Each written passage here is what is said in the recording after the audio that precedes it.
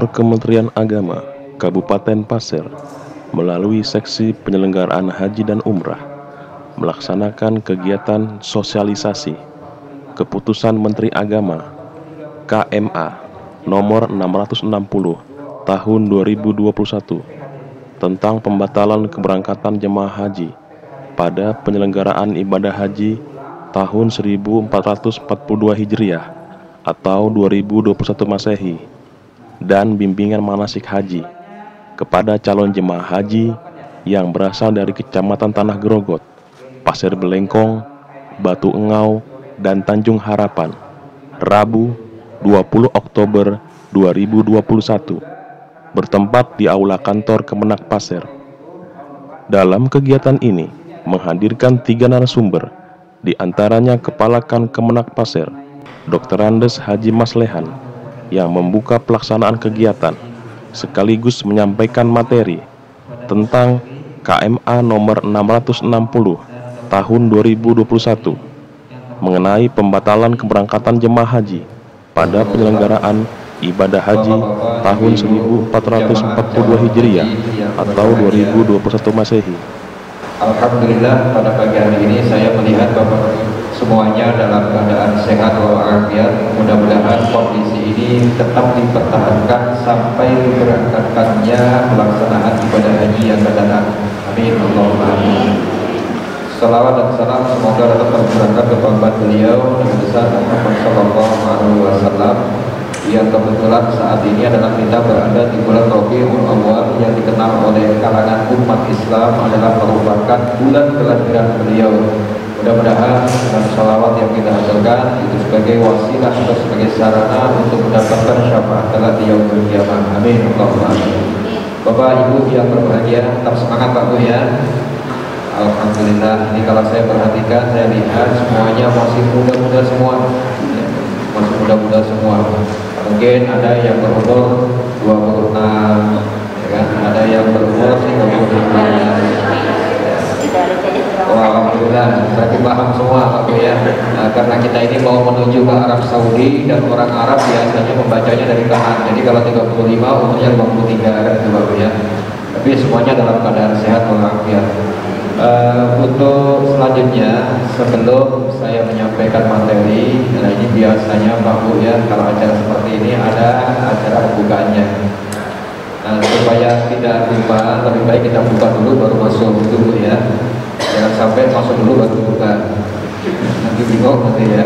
Ini Bapak masih ingat, nah oleh karena itu dengan mengucapkan Bismillahirrahmanirrahim dan mengharap ridho Allah Subhanahu wa Ta'ala, maka kegiatan sosialisasi pembatalan keberangkatan jamaah haji tahun 2021 Masehi secara resmi saya nyatakan dibuka.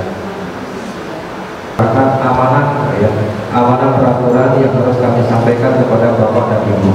Nah, mengenai kenapa itu harus dibatalkan, mungkin sebelum ada pengumuman tentang pembatalan keberangkatan jamaah haji, sekarang ini zamannya zaman media, dan media ini di-share yang berbagai macam ceritanya.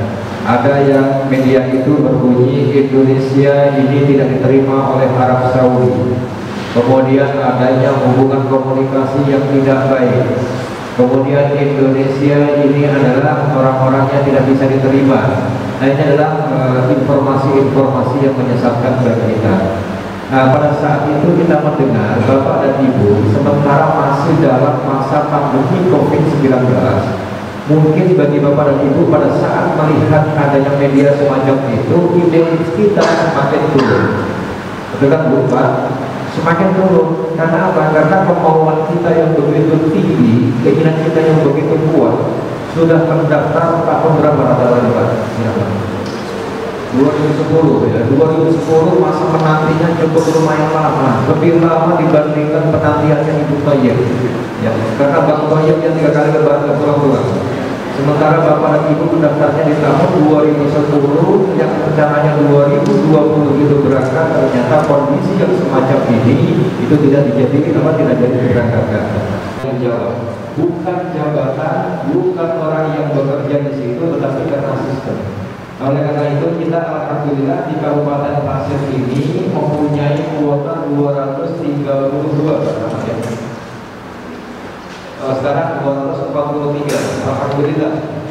orang yang sudah terdaftar sampai saat ini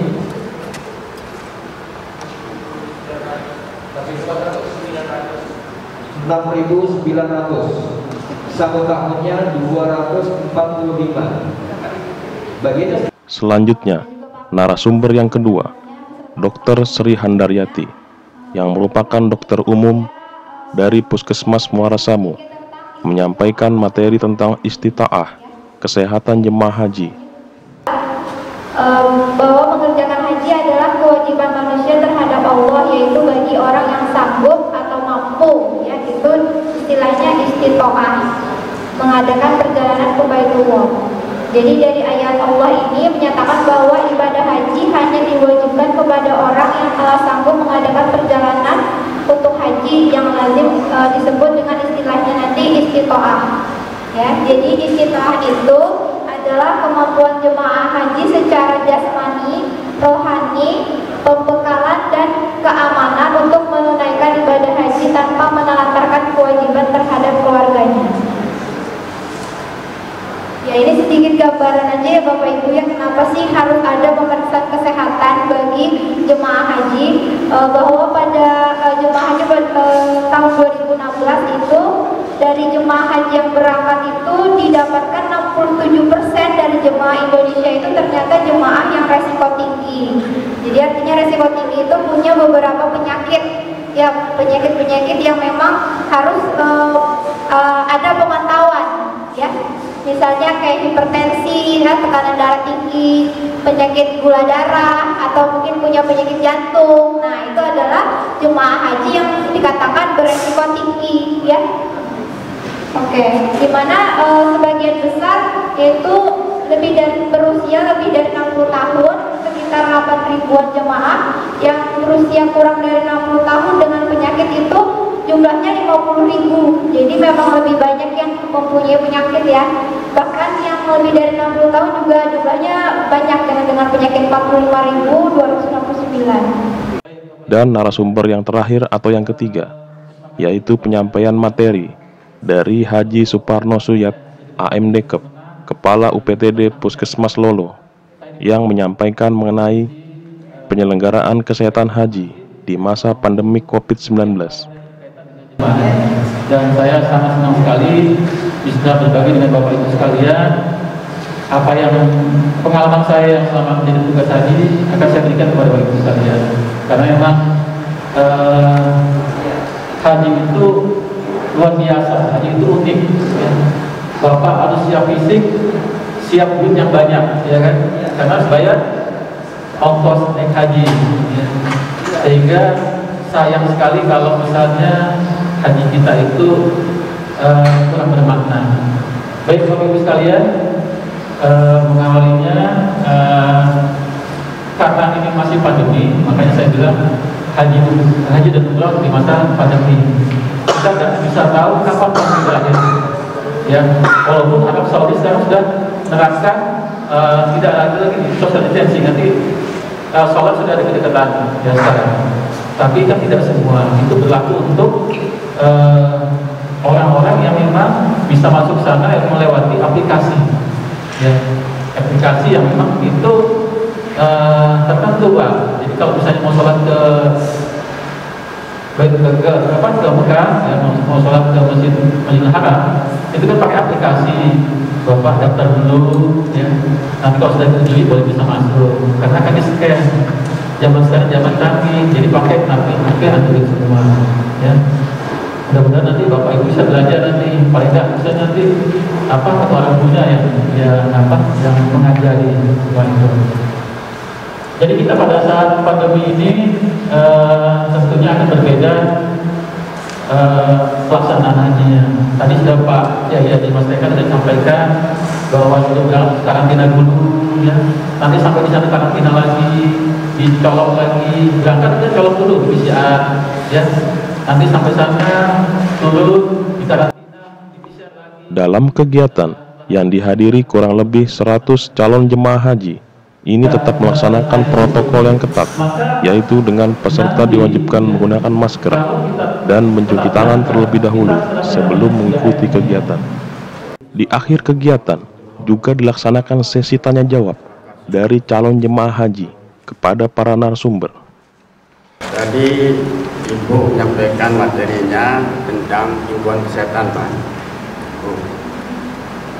Yang saya tanyakan, kalau bisa Bu, apa yang disampaikan tadi, karena kami tidak bisa tadi baca keseluruhan, bisakah diprintkan untuk kami bisa baca-baca di rumah tentang himbauan kesehatan.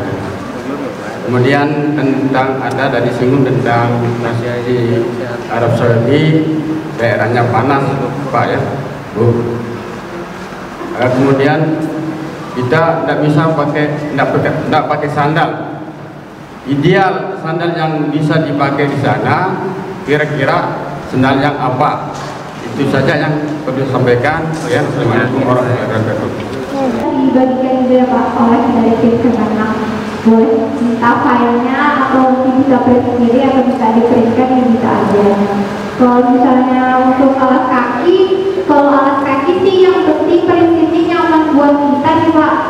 Nah, kalau misalnya alas kaki, kalau yang paling penting kalau bisa mungkin pakai sepatu sandal ya paling gak minimal, karena tadi takut copot. Kalau sandal biasa itu takut copot Pak. Nah, siapa tahu kan nanti di sana keinjek pada saat berjumpa, mungkin keinjek orang, sandalnya lepas hilang. Mungkin bisa bawa sandal cadangan juga dalam tas. Bawa tas kresek juga untuk menyimpan sandal kita nanti di sana. Jadi paling kalau bisa palingnya sepatu sandal ya Pak, sepatu sandal. Nah, terus yang nyaman, yang empuk. Karena kan nanti kan di sana tuh kita jalan kakinya lumayan jauh jaraknya, mungkin kadang-kadang banyak berjalan kaki. Jadi kalau bisa kakinya harus nyaman, senyaman kita aja. Kalau memang nyamannya pakai sandal jepit, ya nggak apa-apa juga sih Pak, boleh aja. Kalau sandal biasa kalau waktu 2018 itu juga ada pembagian sandal nanti. Sandal karet itu sebelum saya. Itu juga nyaman sih Pak, cuma yang bukan sepatu sandal. Nah, menurut saya yang paling bagus bawa sepatu atau sepatu sandal.